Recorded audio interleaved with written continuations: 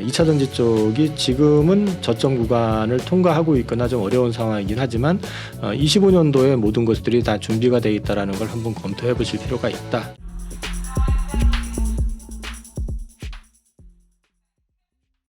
안녕하십니까. 예민수의 경제토크입니다. 오늘은 하이투자증권 강북 WM센터 이영훈 이사님 오셨는데요. 매번 어렵다는 얘기를 하는데 어려운 시장에 또 변수들 점검하도록 하겠습니다. 이사님 어서 오십시오. 네, 안녕하십니까. 그러게요. 올해 상반기는 사실 생각보다 장이 많이 좋았고요. 그죠? 네. 하반기는 또 기대보다 너무 약한 흐름들이 계속되고 있는 상황입니다. 가장 시장을 누르는 거는 최근에 이제 미국의 국채 수익률하고 거기다가 이제 전쟁 이슈가 붙었는데요. 그래서 어떻게 봐야 될까요, 장을? 일단 뭐 지금은 또 저기 블랙아웃 기간 들어가기 전에 그렇죠. 또 파월 의장이 조금 약간 매파적인 발언을 좀 한 것도 조금 부담을 주고 있는 상황이고 네. 전체적으로 일단 미국 국채 금리가 그러니까 수익률이 어떻게 될 것이냐가 일단 시장에서는 첫 번째 키일 것 같고요. 이제 중동 관련된 부분이라든지 이제 다른 어떤 변수들에 대해서는 좀 간단하게 살펴보면서 일단 그동안 나왔던 매크로 지표들 가지고 전반적인 걸 한번 살펴보도록 하겠습니다. 네. 이거는 저기 9월 비농업 고용 지수라고 해서 지난달 말에 나왔던 건데 이걸 먼저 꺼낸 이유는 뭐냐면요. 이게 처음에는 충격을 줬었습니다. 그래서 국채 수익률이 4.7에서 4.89까지 급등했다가 장 후반 들어서면서 다시 급락을 줬었던 이제 그 이슈인데. 네. 그날 금요일 날. 네네. 네. 그게 지금 예상치의 거의 2배 수준까지 이제 그 고용자 수가 이제 나오면서 문제가 됐었는데 이 부분을 제가 이제 굳이 말씀을 드리는 이유는 뭐냐면 지금 이때 나왔던 이제 급등했다 급락했었던 이유가 뭐냐면 그 안을 열어다 보니까 시간당 임금은 전년 대비했을 때 4.15에서 예상치보다 좀 적게 그러니까 임금 인상 자체가 이제 좀 둔화되는 그림이 좀 나오기 시작했다라는 얘기 하나 하고 그다음에 일자리의 어떤 창출에 있어서 그 내용을 보니까 이제 레저 숙박 이런 쪽이 상당히 많이 늘어나고 정부 고용이 많이 늘어나고 주로 이제 그 비정규직이라고 해야 되나요? 파트타이머 그다음에 저임 노동자들이 늘어나게 되면서 고용의 질적인 측면에서 숫자는 많이 늘었지만 오히려 더 악화되는 그림이 나왔었다. 그래서 이 부분이 이제 향후에 임금 인상률 상승률에 의해 가지고 인플레가 촉발될 것이다라는 리스크를 많이 제어를 해줄 것이다라는 기대감을 갖게 하면서 그때 미국 국채 수익률이 급락했던 그런 이유가 됐었습니다. 그리고 이제 CPI는 여러 가지가 나왔는데 그냥 이 그래프 하나만 딱 가지고 이제 나오는데요. 여기 CPI를 보시면 여기에 이제 노란색하고 파란 색깔 그림이 나옵니다. 근데 이제 노란색을 딱 보시면은 그냥 쉘터죠. 그러니까 파란색은 그 외의 것의 어떤 모양인데 결국은 CPI에서 가장 코어에서는 쉘터가 모든 걸 다 근데 주거비가 어쨌든 안정이 안 된다는 거네요. 네, 그게 안정이 안 된 이유가 이제 기사를 제가 옆에 붙여놨는데 이 주택 매물 감소가 심화가 되고 있고 모기지 금리는 지금 최근에 오늘 지난 주말인가 8%까지 갔거든요. 그러니까 이게 어떤 얘기냐면은 그 기존 주택자 보유자들 같은 경우는 주택을 갖고 있던 거를 바꾸지를 못합니다. 바꾸게 될 경우에는 기존에 모기지론 받았던 거는 3% 후반에서 받았는데 이제는 거의 8% 수준에 육박하는 금리로 대출을 받아야 되기 때문에 그러니까 매물이 줄어들어 버리는 그런 상황이 나오고요.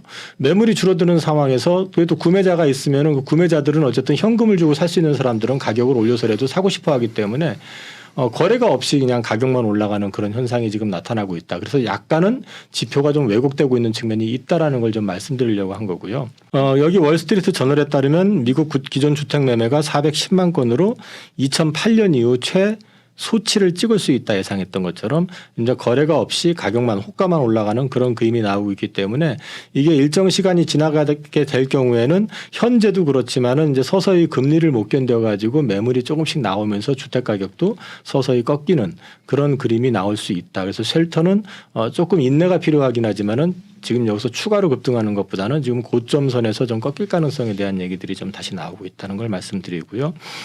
그다음에 소비자 신용 같은 경우는 보시면 이제 이게 9월에 역시 발표가 났던 건데 10월 7일 날 발표가 났는데요. 이 전월 대비해 가지고 156억 달러가 감소했다라고 해서 예상치 하회가 됐는데 여기에서 보면은 공교롭게 이게 그만큼 확 줄어들었던 이유가 학자금 대출하고 오토론이 포함된 난 리볼빙 신용은 303억 달러가 감소한 반면에 신용카드를 포함하는 리볼빙은 147억 달러가 증가했습니다. 그러니까 통장에 있는 잔고가 줄어들면서 이제 소비도 결국은 지금 현재 카드를 통해서 쓴 리볼빙을 통해 가지고 쓰는 게 늘어난다는 얘기는 그만큼 향후의 소비의 질은 좀 떨어지거나 위축될 가능성이 있다라는 걸 좀 보여주고 있는 지표라고 말씀드릴 수 있을 것 같습니다. 네. 그리고 미시간 소비 심리 지수라고 하는 거 역시도 10월 달에 발표가 난 건데 이거는 지금 예상치를 좀 하회했다라는 거고요. 이거 역시도 소비 심리가 위축되고 있다. 그러니까 물가의 어떤 경계가 이어지는 가운데서 소비 심리가 위축되는 모습을 보여주고 있는 지표라고 말씀을 드릴 수 있을 것 같습니다. 근데 또 소매 판면이 좋게 나왔잖아요. 말씀드린 것처럼 아까 고용하고 그죠? 네네. 고용이 굉장히 서프라이즈하게 잘 나왔고 지금 보여주신 지표는 이제 소비가 지금 뭐 오늘 아침 저도 리포트 보니까 미국이 그 초과 저축 이걸 꽤 소진해서 소비여력은 좀 둔화될 것이라고 얘기했는데 지금 고용이랑 얼마 전에 소매 판매가 되게 좋게 나왔거든요. 이제 그 부분을 이제 그 보시면 앞서도 말씀드렸지만은 이제 저기 신용카드를 통해 가지고 소비하는 여력이 늘어나는 그런 측면이 있었고 계절적인 측면도 좀 있었다고 하더라고요 예. 이번에. 관련해 가지고 제가 뒤에 자료를 준비했는지 지금 봐야 될 것 같은데 그거는 이따 보고 말씀드리고요. 진행해 보시죠. 그러면 준비하신 건데. 그다음에 이제 필라델피아 연은 제조업 활동지수 10월에 나온 거 역시 실제로 마이너스 9.0이 나와서 예상치보다 안 좋아져서 전반적으로 경기는 좀 위축되는 그림이 좀 나오고 있다라는 걸 말씀드리고 있고요. 네. 모기지 금리 역시 지금 이제 여긴 7.31인데 이게 아마 지난주 금요일 날 아마 8%를 찍은 걸로 알고 있거든요. 네. 8%까지 지금 올라와 있는. 그래서 이제 이 모기지 금리 역시도 지금 보시면은 2000년대 초반 이후 지금 최고치를 계속해 가지고 지금 돌파하고 있다. 이런 것들은 전반적으로 이제 심리를 위축시키는 측면이 있는 것 같고요. 모기지나 회사채나 이런 거 사실 몇 개 높아요. 근데 사실은 물론 물가도 걱정스럽긴 하죠. 잡아야 되는데 물가 잡는다고 경기를 정말 너무 간과하는 거 아닌가 그죠? 그런 생각도 들어요. 네. 그리고 지금 네. 이 그림은 네. 이건 뭔가요? 주요 시중은행 크레딧 디폴트 스왑입니다. CDS. 네. 그 가격 CDS 프리미엄 자체가 미국의 주요 은행들 네네 CDS 보시면은 프리미엄. 네. 다 올라가고 급격히 올라가는 그림이 나오고 있잖아요. 그러면 이것만으로 끝나는 게 아니고 여기에는 시티뱅크를 제가 안 넣어놨나 보네요. 시티뱅크 같은 경우는 네. 지금 저기 코로나 팬데믹 시절 주가 거기까지 지금 떨어져 있습니다. 네. 그러니까 미국의 주요 시중은행들 주가들이 지금 최근에 보면 다 급락해 있는 상황이거든요. 그러니까 지역은행만의 어떤 리스크가 부각이 되는 게 아니라 지금 금리가 계속 올라가면서 네. 시중은행들도 사실은 심적 그 스트레스를 받고 있다라는 거를 말씀을 드리려고 하는 거고요. 그다음에 이제 상업용 부동산 얘기들이 계속 나왔었잖아요. 지금 그렇죠. 이제 예. 상업용 부동산 관련해 가지고 지금 부실 규모가 약 800억 달러 3분기 기준으로 육박하고 있다고 하고 있고 지금 신규 파산, 압류, 청산 이런 쪽으로 해가지고 3분기에만 56억 달러가 더 추가됐다고 합니다. 이런 게 이제 앞으로 더 문제가 되는 거는 이제 원격 근무로 인해 가지고 오피스 자산이 계속해가지고 부실화되는, 그러니까 공실률이 계속 늘어나는 이제 그런 문제들 때문에 상업용 부동산 역시도 지금 이제 금리가 계속 올라가게 되는 데서 비용은 계속 늘어나고 그다음에 이제 임대가 차질 않으니까 공실률이 늘어나니까 그걸 커버를 못 해가지고 이제 부실해지는 어떤 그런 그림들이 계속 나오고 있다. 그거 보셔야 될 것 같고요. 이게 이제 지난주에 나왔었던 얘기인데 지금 사실 이제 국채 금리하고 그 10년물 국채 10년물 국채 수익률하고 부동산 그 수익률하고 비교를 해보면 이제 역전이 됐다는 거죠. 10년물 금리하고 캡레이트라고 하는 게 이제 부동산을 알려 수익률을 나타내준 지표인가 보죠. 네네네. 네. 그게 지금 역전이 됐다. 네. 그래서 이제 부동산에 대한 투자 유인이 더 없어지는 이제 그런 그림을 지금 보여주고 있다. 그래서 부동산 쪽도 이제 좀 약간 경고 시그널이 나오고 있다라는 겁니다. 지금 미국 국채 10년물이 5%를 찍고 지금 4.9%대 와 있거든요. 네. 그런데 지금 우리가 저기 그렉시트 뭐 이런 얘기 나오고 한참 했을 때 있었잖아요. 아이고 오래전 얘기네요. 네. 그렉시트. 그리스가 지금 국채 수익률이 얼마인지 혹시 앵커님? 지금요? 네. 유럽. 글쎄 유로존은 뭐 안 본 지가 오래되는데 유로존은 레벨 자체는 미국보다는 그러니까 물어보시니까 저도 추론을 하는 거 이렇게 재밌잖아요. 그죠? 유로존 자체가 이제 유로존도 금리 올렸지만 미국보다는 아직 낮잖아요. 그죠? 네네. 낮으니까 그리스는 또 우량한 국가는 아니고 네네. 국채 수익률 10년물 기준으로. 네네. 네. 미국이 5%인데 그리스도 뭐 그 정도 하지 않나요? 5%에서 한 7%? 네. 지금 그리스가 4.3입니다. 예, 미국보다 낫다 이거죠. 네. 그러니까 예, 아시고 그러니까 싶은 이제 말씀인데. 돈을 그만큼 찍어내고 네. 그다음에 이제 채권을 발행을 해댔기 때문에 미국 국채 수익률이 오히려 그리스보다도 지금 못한 그런 상황이고 네. 지금 보시는 것처럼 여기 지금 언급되어 있는 회사 저기 국가들을 보면 지금 비슷한 데가 이탈리아 정도가 지금 미국하고 좀 비슷한 수익률을 좀 보여주고 있거든요. 네.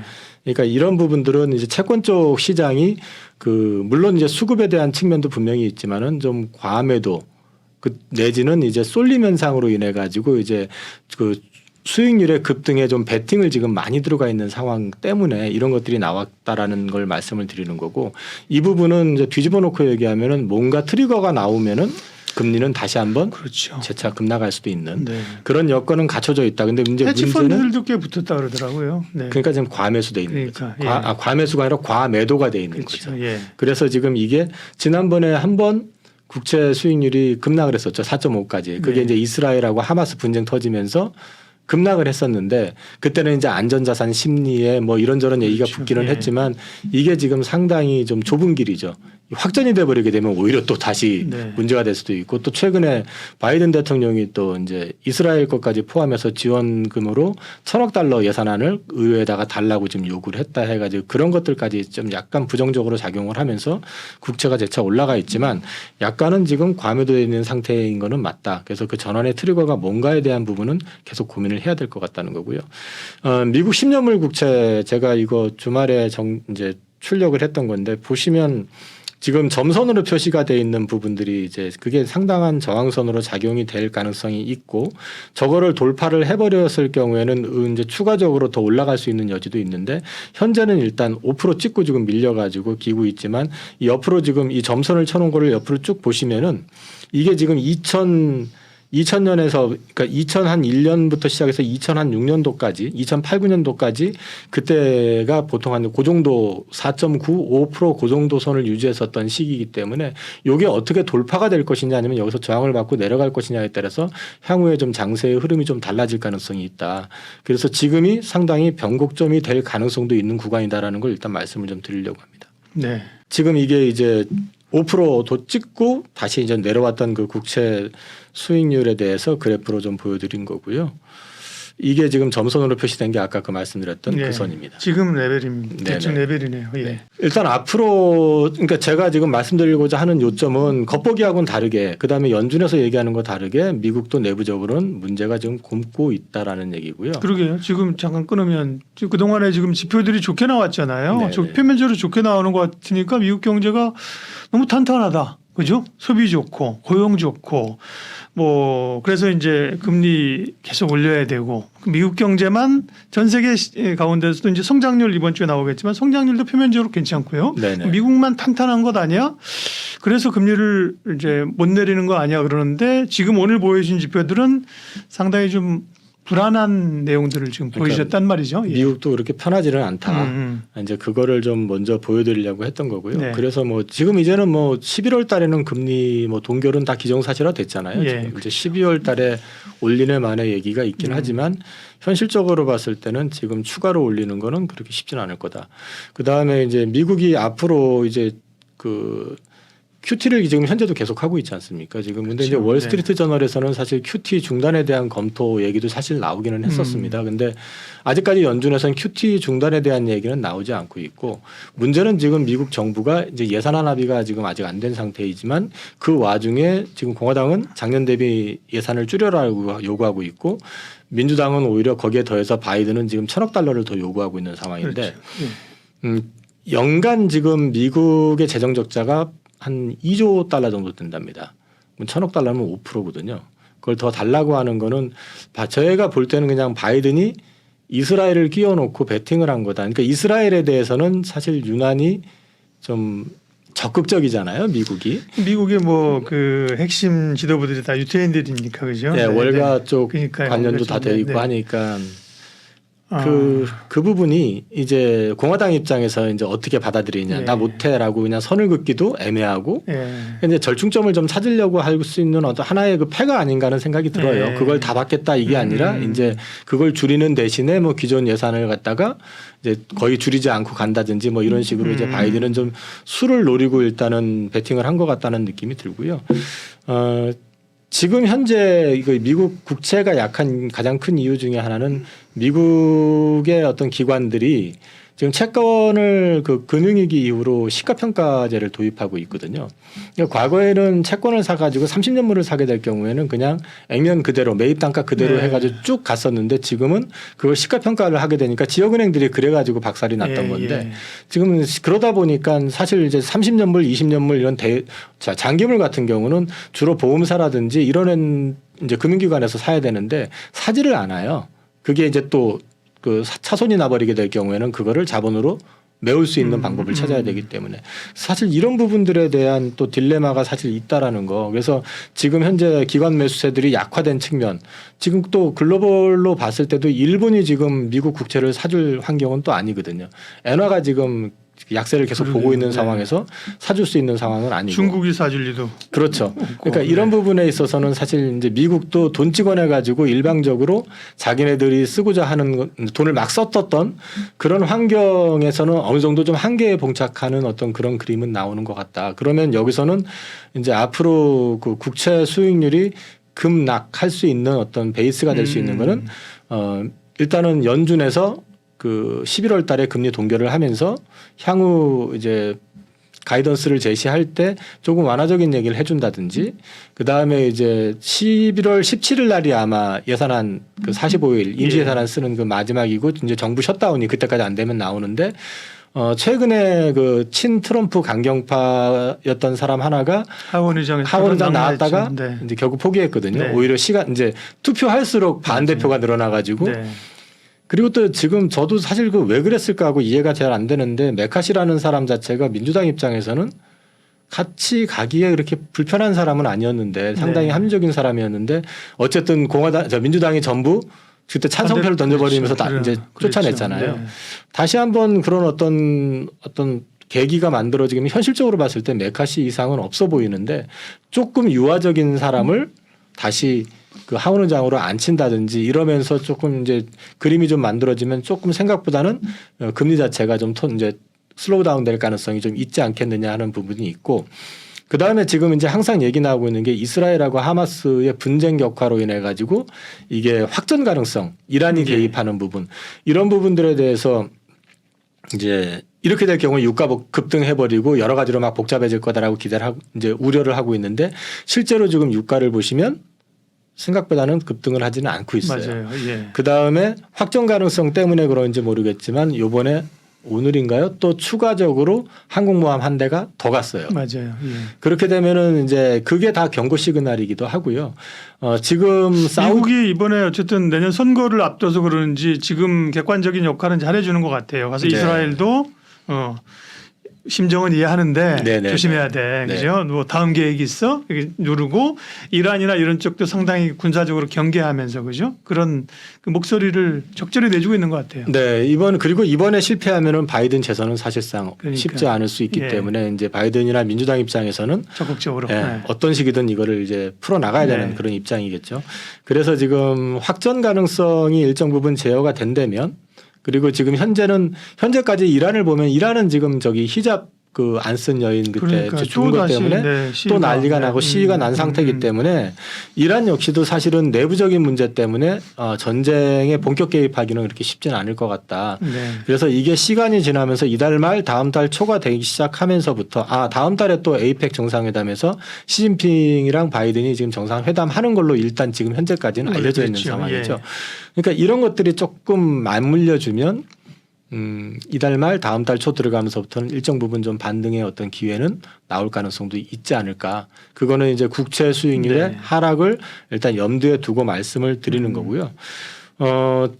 대신에 이제 이때 반등이 나왔을 때 그러면은 적극적으로 주식을 사야 될 것이냐라고 물어보신다면은 저는 반등이 나왔을 때 현금 비중이 좀 부족하신 분들은 일단 내가 갖고 있는 주식들 가운데서 내가 가장 확신을 갖고 있는 종목 뭐 단기 매매가 아니라 이 주식은 길게 가져갈 만한 회사다라고 판단되는 거 제외하시고 조금 불안해 보이는 것들은 조금 현금 비중을 더 늘려놓고 연말장을 좀 지켜보시는 그런 전략이 어떨까 싶습니다. 네.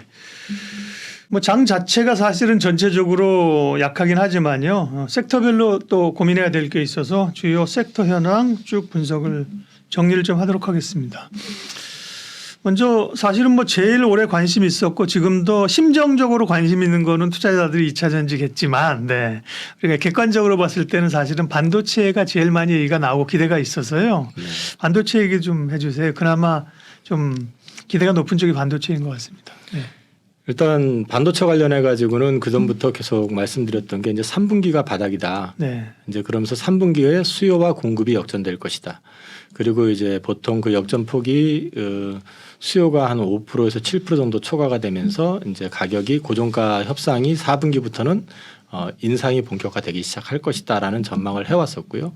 이거는 뭐 이제 트렌드포스라든지 디램 익스체인지 그다음에 이제 국내 증권사에서도 어느 정도 예상들을 해왔는데 실제로 그런 그림이 지금 보여지고 있는 상황이고요. 특히 이제 디램 쪽 같은 경우는 재고 감소가 좀 생각보다 빨리 진행이 되면서 이제 가격 인상이라든지 잘하면은 이제 4분기 늦으면서 1분기부터는 디램 쪽은 흑자가 나올 수 있다라는 지금 기대를 하고 있는 것 같고 네. 낸드 부분은 조금 그보다는 못하기는 하지만 여전히 좀 이제 강한 감산을 통해 가지고 가격을 좀 끌어올리려고 하는 그런 네. 움직임은 계속되고 있습니다. 랜드가 아직 좀 약한 것 같더라고요. 네네. 예. 그 지금 삼성이 지금 감산을 추가해가면서 네. 더 적극적으로 좀 진행을 하고 있고 그다음에 이제 최근에 보면은 그 일본의 키옥시아하고 웨스턴 디지타라고 이제 합병 이슈가 예. 다시 부각이 되고 있잖아요.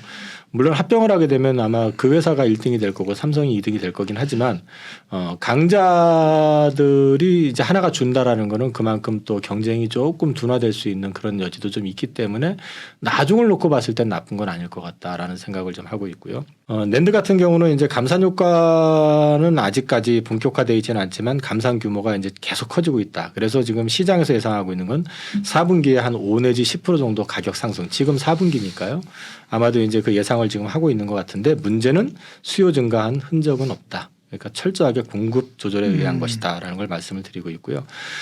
시장에서 지금 전망하고 있는 건 D램은 24년부터 회복이 의미가 있을 것이다. 회복세 자체가 의미가 있을 것 같다라고 얘기를 하고 있고 이와 관련해 가지고 오늘 하는 총재께서도 이제 말씀하신 걸 보니까 이제 첨단 그 D램 쪽의 수요가 워낙에 좋아서 내년 상반기부터는 의미 있게 D램 같은 경우는 좀 회복이 좀 나올 것이다라고 이제 말씀을 하셨더라고요. 그런 것들도 이제 같이 맞물려서 보실 필요가 있고요. 내년 같은 경우 이제 시장에서 IDC라고 하는 쪽에서 예상하기에는 디램과 낸드가 한 17%, 한 15%. 근데 이제 낸드는 올해 워낙에 감산을 많이 했기 때문에 이제 15% 한다고 해서 의미 있게 늘어나는 건 아니고요. 바닥을 좀 찍는다라는 측면에서 보시면 되는데 주목을 해봐야 되는 거는 JP모건에서 24년도 PC 시장 성장률을 8% 정도를 예상을 하고 있더라고요. PC가 계속해가지고 마이너스를 보이다가 이제 내년도에는 8% 성장하는 쪽으로 지금 전망을 하고 있고 예. 맞물려 가지고 그 스마트폰 쪽에서 그 중국 스마트폰 시장 역시도 내년에는 소폭 성장을 지금 전망을 좀 하고 있기 때문에 올해보다는 내년이 일단은 그 메모리 칩 쪽에서는 좀 좋아지는 환경이 나올 것 같다. 그리고 올해 지금 그 4분기 실적을 감안했을 때 영업이익이 삼성전자 기준으로 했을 때 한 6조에서 7조 얘기를 하고 있는데 내년도 거 보면은 이제 증권사 리포트들 보면은 아직까지 이제 업데이트된 걸 보면은 한 30조 내외를 지금 업무급을 하고 있기 때문에 확실히 올해보다는 내년은 좋아지는 그림을 예상을 하고 있는 것 같습니다. 네.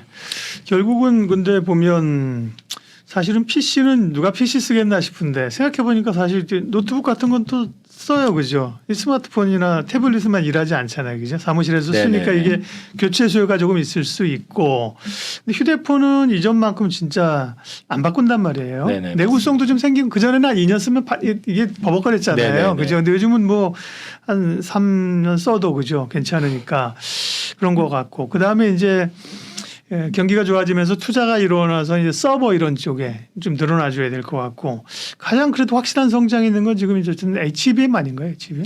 네. HBM 쪽은 성장을 하는 건 맞는데 네, 그 시장 규모 자체가 네.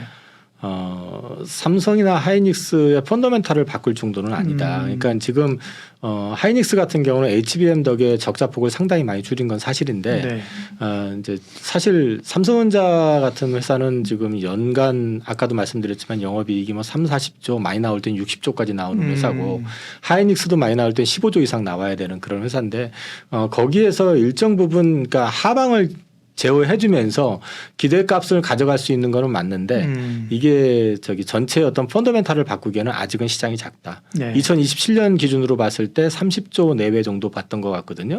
그 정도라고 하면은 30조 내외에서 이제 거기에는 그 마이크론 테크놀로지도 이제 본격적으로 들어오게 될 것이고 그걸 나눠 갖는다고 해도 그게 아주 의미 있는 숫자로 찍히기에는 조금 시장이 아직은 좀 더 커야 된다. 이제 그런 측면에서 말씀을 드릴 수 있을 것 같고요. 예. 그러면 이제 이게 HBM이 주문형 반도체다. 그 전에는 이제 막 찍어내는 양산의 반도체에서 이제 그래서 밸류에이션을 바꿀 수 있다. 이런 기대감은 분명히 있거든요.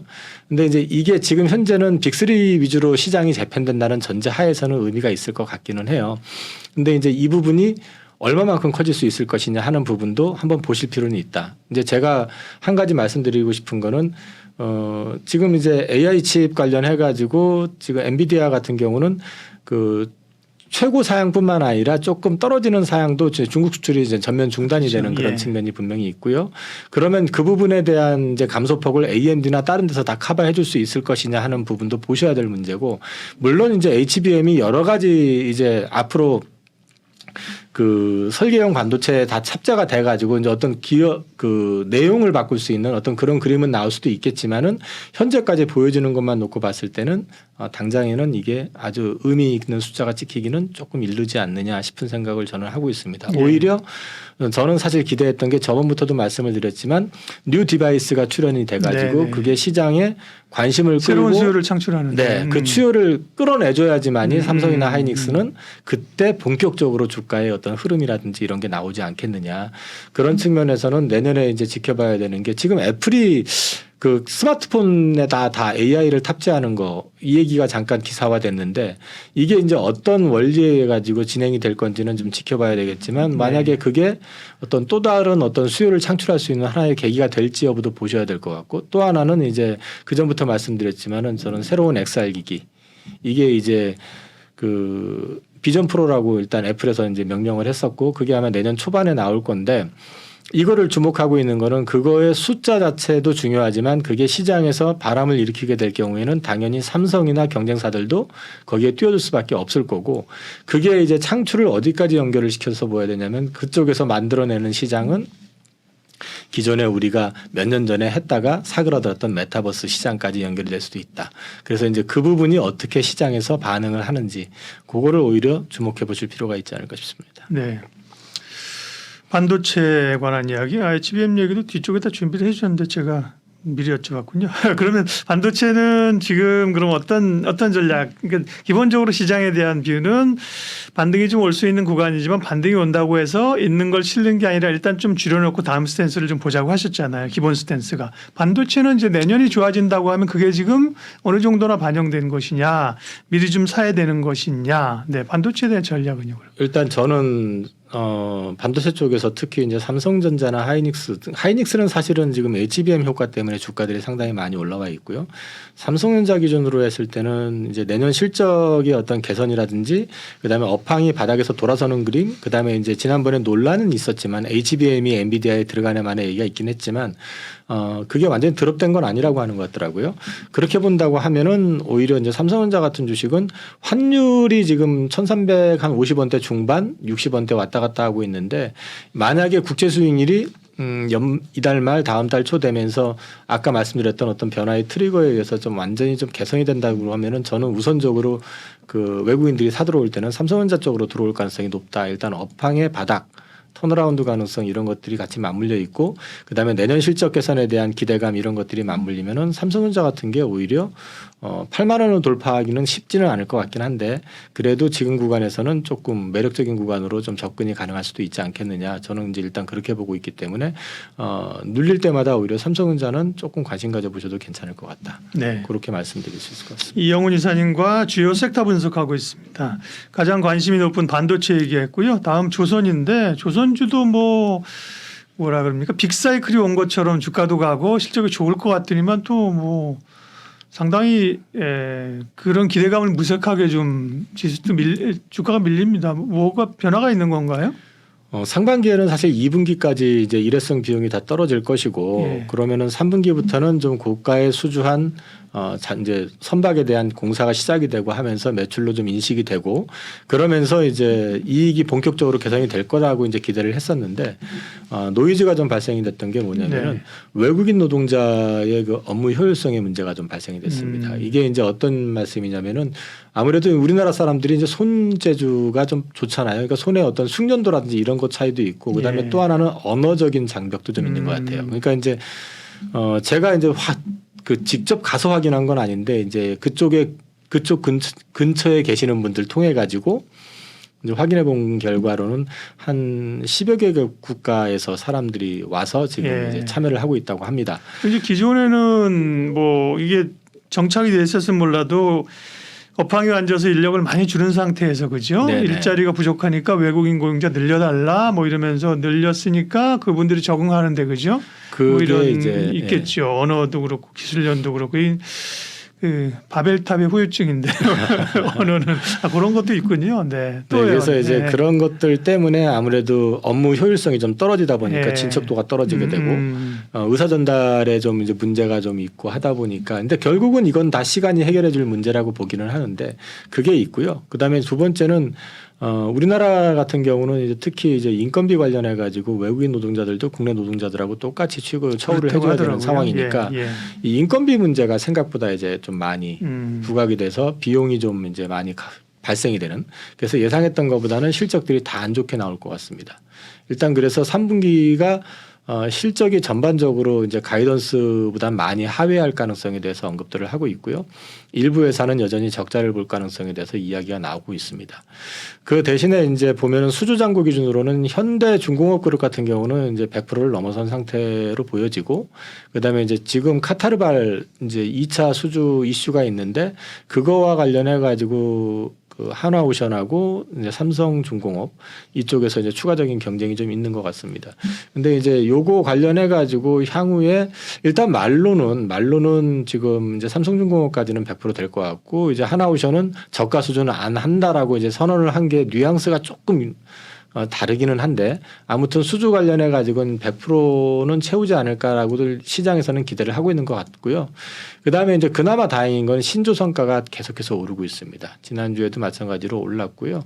이런 부분들이 업무 숙련되고 그다음에 이제 비용에 대한 어떤 부담을 좀 시간이 가면서 조금 커버를 해주게 되면 지금보다는 좀 나아지는 그림이 나올 것 같다. 다만 보셔야 되는 거는 지금 3분기 실적이 어떻게 나오는지를 좀 보고 판단할 필요가 있겠다라는 생각을 하고 있습니다. 그래서 이게 언제 본격적으로 턴어라운드 될지는 이제 비용 발생한 게 어느 정도 되는지를 좀 보시고 판단해 볼 필요가 있지 않을까 싶고 그다음에 이제 함정과 잠수함 이쪽으로 해가지고 지금 현재 하나오션하고 현대중공업이 뭐 캐나다를 위시해서 폴란드 여타 지역까지 해가지고 지금 이제 확대 가능성 이런 것들을 지금 많이 하고 있고 특히 지난번에 폴란드 그 방산 포럼 박람회에서는 하나오션의 이제 그 김동관 부회장인가요? 네, 그분이 부회장일 거예요. 네, 예. 그분이 그 직접 두다 대통령 앞에서 브리핑하면서 이제 잠수함 관련된 얘기를 할 정도로 굉장히 적극적이라는 측면에서는 이쪽이 이제 조선 쪽에서의 또 다른 어느 하나의 포텐셜로서 한번 지켜보실 필요가 있다. 근데 전반적인 내용은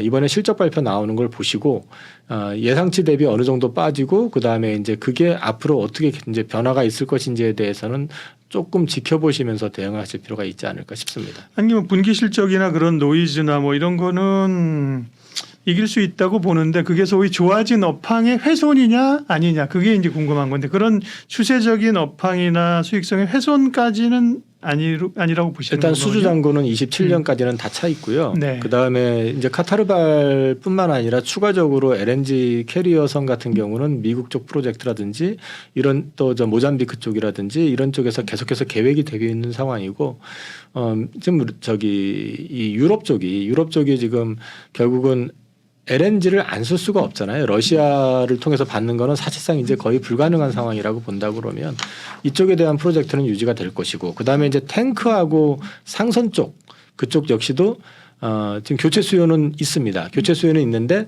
아직 본격적으로 나오지 않고 있는 게 이제 최종적으로 그 환경 관련 친환경 쪽 엔진 관련해 가지고 아직까지는 표준안이 나와 있지 않기 때문에 LNG로 갔다가 그 다음에 이제 암모니아선으로 갔다가 이제 여러 가지 지금 이제 좀 이전보다는 좀 탄소를 덜 배출하는 쪽으로 지금 움직이고 있는데 이런 것들이 지금 이제 선령 기준에서 20년 이상 된 것들이 지금 계속해서 도래하고 있고 그다음 파나마 운하나 같은 데서는 이제 앞으로 일정 수준 선박에서 이제 탄소 배출이 일정 수준 이상 발생되는 쪽은 아예 이제 들어오질 못하게 한다고 이제 계속해가지고 밝혀왔었기 때문에 시간의 문제지 서서히 이제 탱커 쪽이라든지 이제 이런 쪽에서도 역시 마찬가지로 친환경 선박의 발주가 계속 나올 가능성이 있기 때문에 아직은 뭐 이게 훼손이 됐다라고 말씀드리기는 좀 섣부르지 않나 싶습니다.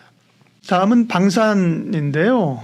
방산도 뭐 사실은 잠깐 수주가 아니라 구조적 성장이고 추가적인 뭐 2차적인 수주를 계속 기다리고 있었는데 원하던 소식이 잘 안 나옵니다. 네. 딱 한마디 말씀드리면은 폴란드에서는 이미 하고 싶었는데 예. 우리나라 수출입은행이 지금 자본 확충이 안 돼서 보증을 못 해주는 바람에 계약이 이루어지지 않고 있었습니다. 예. 그래서 이 부분에 대해서 지금 국회에서 이제 법안 제출이 돼 있는 상태인데 아마 이게 임시 국회를 열든 뭐 하든 해서 11월 달에 됐으면 좋겠고요. 국정감사 끝나고 난 다음에 되게 되면은 좀 빨리 서둘러야 될 필요는 있습니다. 지금 폴란드가 지금 현재 여당이 이번 선거에서 지지는 않았지만 과반수가 되질 않은 상태입니다. 예. 그래서 1당하고 2당하고 성향이 좀 다릅니다. 1당은 일단 우리하고 계약한 것도 있었고 계속해가지고 이쪽을 가려고 하는 쪽이고 2당 같은 경우는 반드시는 아니지만 그쪽은 확실히 친 EU 쪽입니다. 그쪽에 또 이제 이 정당 지지도나 정권이 바뀌게 되면 또 우리가 하고 싶어도 문제가 또 있을 수 있다는 그러니까 얘기죠. 이런 건 조금 서둘러줬었어야 되는데 그러게요. 서둘르지는 않았기 때문에 이제 뒤늦게 좀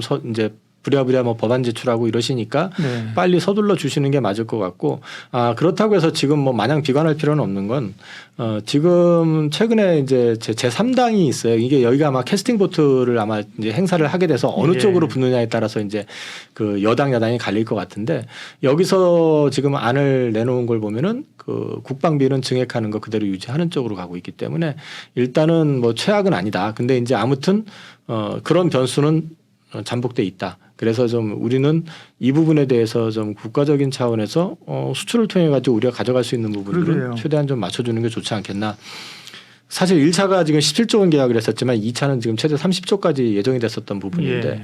이 부분이 빨리 좀 진행이 될 수 있게끔 이거는 좀 정부 차원, 국회 차원에서 진행을 좀 해줬으면 이런 거는 좋겠습니다. 사실 초당적으로 해야 되는 사안이잖아요. 사안 자체가 그죠? 국익과 관련된 부분인데. 그러니까요. 네네. 근데 뭐 각자의 뭐 정책이나 정쟁이 다르다고 하더라도 근데 문제는 이런 거는 오케이 이런 거 우리 빨리 처리하고 네네. 다음 얘기합시다 이랬는데 이런 걸 가지고 또 여기다 끼워놓고 그러니까 이걸 또 안 받고 그죠? 네, 좀 그래서 안타까운 게 방산 있습니다. 쪽은 조금 안타까운 건 그러게요. 그런 게 좀 있습니다. 네.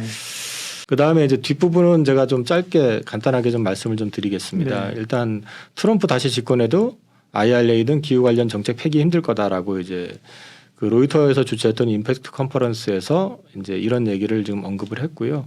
그 다음에 이제 우리 전 NEC 수장 역시도 마찬가지로 트럼프 대통령이 지금 이걸 다 뒤집어 버리고 폐지하겠다라고 얘기를 하지만 실제 쉽지 않을 것이다. 왜냐하면 이 부분에서 투자의 상당 부분이 공화당이 지금 현재 그 국회의원 그 미국의 의원으로 그러니까 저 지역구로 갖고 있는 네. 그쪽에 지금 투자들이 많이 들어가 있는 상태고 그다음에 여기에서도 역시 마찬가지로 고용이 좀 창출되어 있는 측면이 분명히 있고 그래서 지금 이 부분을 갖다가 저기 트럼프가 얘기하는 게 진짜 그렇게 할 것이냐의 여부를 떠나가지고 일단은 그 공화당 자체 내부적으로도 이게 그렇게 쉽게 폐기 쪽으로 가기는 쉽지 않을 거다라는 이제 그런 얘기가 있었고요. 트럼프의 재집권 가능성은 이제 말씀하신 친환경이나 뭐 2차 전지에 대한 건데요. 그런 두 가지 얘기가 있었습니다. 트럼프가 집권하게 되면 이런 거 감축하는 거 아니야라는 얘기와 함께 지금 소개해 주신 것처럼 쉽게 하기는 어려운 환경들이 있다고 하는데 이사님 생각은 어떠세요? 네. 저는 일단은 앞서도 말씀을 드렸지만 공화당 지역구가 지금 실제로 민주당 지역구보다 더 많이 지금 들어가 있어요. 예. 그러니까 결국은 이해관계를 따지게 되면은 이번에도 지금 그 자동차 노조 파업했을 때 트럼프가 손짓을 해도 거기 쳐다도 안 봤잖아요, 사실은. 그건 어차피 그 저기 표 자체가 트럼프 표가 아니거든요. 예. 표는. 그러니까 처음부터 트럼프는 제껴놓고 지금 바이든 대통령한테 우리 요구사항 들어달라고 요구하는 쪽이잖아요. 그렇군요. 그렇기 때문에 이 부분에 있어서는 저는 이게 그 일종의 이제 표심을 얻기 위한 예. 액션일 가능성이 높다라고 저는 보고 있고요. 그렇군요. 워낙 뭐 근데 트럼프라는 인물 우리가 네네. 4년 동안 겪어봐서 간접적으로 겪었지만 참 과감하고 무식하고 용감한 걸 봤기 때문에 더 그런 건데요. 네, 보죠 뭐 아직도. 네, 이거는 시간이 뭐 남았고. 결정 네. 그리고 지금 사실은 우리나라에서 이제 예를 들어서 배터리 셀 업체들이 예. 지금 미국에 투자한 것들을 보면 100% 한국 자본이 들어가 있는 게 아니라 5대5로 해서 미국 자본하고 같이 그렇죠. 들어가 있는 네. 상황이거든요. 그래서 이게 이해관계라든지 여러 가지를 봤을 때 그렇게 말하는 것처럼 쉽지는 않을 거다라는 걸 말씀을 드리고요. 네. 여기 지금 이제 빨간 줄로 해놨던 부분들 이거 제가 기사를 붙여놓은 건데요. IRA 법안 통과 이후 기업들의 공장 설비가 이루어진 지역은 텍사스주, 테네시주 등 주로 공화당 지지색이 강한 쪽에 집중이 되어 있습니다. 이 부분을 생각을 해보시면 이게 지금 트럼프 말하고는 조금 다를 수 있다. 그리고 또 한 가지는 이게 소송과가 또 연결이 될 수밖에 없어요. 그러면은 임의적으로 만약에 이거 없애버리고 했을 경우에는 그걸 믿고 투자했던 기업들이 그냥 있지는 않을 거다.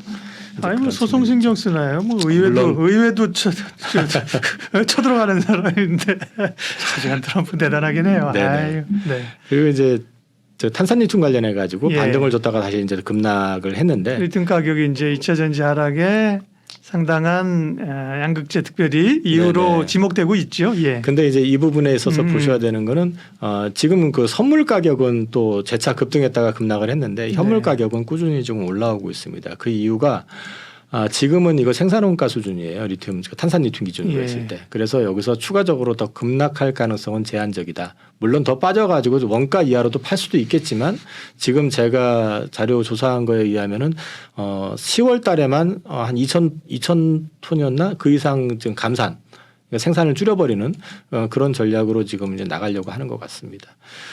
그리고 이제 2차 전지 관련해 가지고 간단하게 말씀을 드리면 지금 이제 우리나라 배터리 업체 3사 북민 생산 공장 현황입니다. 보시면은 가동 기준으로 보시면은 대개 다 25년에 집중돼 있죠. 네. 25, 26, 27. 이 얘기는 무슨 얘기냐면은 25년부터는 매출이 배터리 쪽도 그렇고 양극재도 그렇고 전반적으로 매출이 올라갈 수밖에 없는 상황이다. 이거는 바인딩 계약에 의해 가지고 공장이 지금 만들어진 거기 때문에 이제 확정된 계약에 근거해서 시작이 된 거다라는 측면에서 봤을 때 2차 전지 쪽이 지금은 저점 구간을 통과하고 있거나 좀 어려운 상황이긴 하지만 25년도에 모든 것들이 다 준비가 돼 있다라는 걸 한번 검토해 보실 필요가 있다라는 측면에서 말씀을 드리는 거고요. 이거는 이제 그린 에너지 쪽 그 관련된 부분인데 이 그래프가 의미하는 거는 여기 보시면은 그 왼쪽에 그래프를 보시면은 여기 그 여타게 그 빨간 색깔 이거 좀 빠져 있는 것들이 보면은 이 신재생 에너지 프리미엄과 관련된 부분인데 지금 바닥 구간까지 좀 나락으로 떨어져 있는 상태거든요. 그래서 뒤집어 놓고 말씀드리면은 이제 신재생 에너지 프리미엄이 지금 현재로서는 시장에서는 반영이 돼 있는 게 거의 없을 정도까지 빠졌다. 이거는 고금리 그다음에 이제 트럼프 노이즈 이런 것들이 있다라는 것 때문인데 태양광, 풍력 네네. 이런 것들이죠. 그죠? 그쪽도 많이 빠졌어요. 예. 수급 요인도 수급 이슈도 있고 그죠? 예. 이게 뭐 반드시 그런 건 아니고 또 말씀하신 것처럼 트럼프가 워낙에 똘끼 충만하신 분이라서 네. 이제 어떻게 할지 모르겠지만은 과거에 트럼프가 집권했을 때도 이 그린 에너지 쪽 섹터의 보조금은 중단한 적은 없었습니다. 네. 그래서 계속 이어졌었기 때문에 이 부분에 대해서는 유지가 될 가능성이 높고 유럽 같은 경우는 오히려 법제화 시켜가지고 재생에너지 쪽의 어떤 기준을 소비 기준으로 해서 2030년에 42.5% 플러스 2.5% 해가지고 이제 기존 목표가 32%였었는데 오히려 목표를 한 13% 정도 대폭 늘렸습니다. 재생에너지라 하면은 뭐 말씀하신 태양광 풍력 뭐 이런 쪽 수소까지도 될 수 있겠죠. 근데 네. 이제 이런 쪽이기 때문에 전반적으로 이쪽 그린 섹터 자체가 시장에서는 지금 고금리 때문에 힘든 건 맞지만 지금 완전히 접힌 상태는 아니다. 그래서 오히려 우리나라 그 부품 업체들 제가 몇 군데 통화도 해보고 예. 그다음에 이제 제 후배 통해 가지고 탐방도 다녀오게 했는데 분위기 자체는 여전히 나쁘지 않습니다. 그러니까 그 잔고나 수주 잔고나 그 실적은 괜찮거든요, 그죠? 네네. 네네. 아직 훼손되지 다만 않았습니다. 네. 3분기가 그 풍력 같은 경우는요 예. 비수기입니다. 예. 그래서 이제 3분기 실적은 좀 슬로우할 가능성은 있습니다. 네. 근데 계절적인 네, 비수기인가요? 계절적인 네, 네. 비수기입니다. 항상 예. 보면 3분기가 조금 네. 슬로우하거든요. 왜냐하면 3분기에 매출이 찍히는 것들은 4분기에 거의 가잖아요. 그러면 한겨울이잖아요. 그러면 이제 거기서 그 소위 말해서 설치를 하고 뭐 하는 네, 것들이 네. 이제 떨어지게 되기 때문에 전반적으로 이제 3분기가 조금 비수기라고 보시면 될 것 같습니다. 네. 2차 전지랑 친환경 쪽 얘기해 주셨고요. 바이오 얘기도 살짝 좀 해주세요. 바이오도 기대감은 많잖아요. 근데 기대감만큼 못 올라오는 거 일부 올라오는 게 이제 뭐 비만 치료제, 그다음에 뭐 지난번에 유한여행 같은 경우는 오히려 뭐 그 학회 이런 거로 하면서 오히려 뭐 나쁘지도 않은 얘기인데 주가 급락하면서 사들 변동성은 상당히 큰 것 같더라고요, 여전히요. 먼저 유한여행 말씀을 좀 네네. 드리면 그 무진행 생존 기간을 시장에서 기대했던 건 30개월이었거든요. 네. 근데 30개월이라고 하는 숫자가 어떤 의미냐면은 그 아스트라제네카 제품의 타그리소가 단독으로 한 15.6개월, 17개월 정도밖에 안 되지만 거기에다 화학약품을 첨가해 가지고 병행으로 하면 병행으로 했을 때는 그게 26개월, 7개월 나왔었어요. 부작용이 굉장히 많이 나왔었기 때문에 이거는 치료제로서는 좀 부적합하지 않느냐라고 얘기를 했지만 그것까지 이겨버리면 압도적으로 이 시장을 유한양행과 얀센 제품이 어떤 병행 투여한 게 잡아갈 수 있지 않겠냐는 기대감이 있었는데 그게 좀 생각보다 못했다라고 해가지고 실망감 때문에 투매가 나왔고 예. 이 투매의 대부분은 기관 투자가들이 했습니다. 요즘 기관 투자가들 매매 행태가 보면은 좀 과할 정도로 살 때도 그냥 오버슈팅해서 사고 팔 때도 또 언더슈팅해서 팔아버리고 이런 좀 특성이 있다 보니까 기관 투자가들이 일단 저점 만들어 놓고 지금 거기서 더 빠지지는 않고 있는 상황이라고 보시면 될 것 같고요. 아마 이게 다음 주 오늘 밤 내일인가 그게 이제 추가적으로 업데이트되는 자료가 좀 있을 것 같은데요. 예. 그런 걸 좀 지켜보시면서 판단할 필요가 있고 바이오가 전반적으로 안 좋아 다시 좋다가 이제 좋아지다가 안 좋아졌던 가장 큰 이유는 역시 금리입니다. 예. 국채 수익률이 워낙에 급등을 해버리니까 그 영향파를 받은 데다가 에스모 여파로 해서 아까 말씀드렸던 유한양행 초록이 발표되면서 이제 세론 거기다가 실망감까지 더해져 가지고 이제 단기 상승폭이 다 반납이 된 상태다. 그리고 오늘 이제 셀트리온 합병이 통과가 됐죠. 오늘 지금 임시유총에서 통과가 됐습니다. 근데 이제 이런 부분들은 사실은 바이오 수급 전체적으로 봤을 때는 긍정적이라고 저는 봅니다. 그러니까 바이오 셀트리온이 굳이 생산과 판매 회사를 별도로 나눠 가지고 갖고 있는 것 자체도 시장에는 조금 좀 별로 좋지 않은 이슈였었고 이것 때문에 항상 보면 분식회계 논란도 있었고 이런 부분들을 제어해 주게 되고 합병이 되게 되면 어차피 거래소로 합병이 될 테니까 그렇게 되면 코스닥 시장 내에서의 바이오 섹터가 많이 비게 됩니다. 이게 시가총액 상위 종목 안에 들어가 있기 때문에 셀트리온이 헬스케어가요. 그래서 이제 그런 부분들에서 이제 여타 바이오 쪽 섹터들에 대한 관심을 다시 좀 끌 수도 있다라는 측면이 있고요.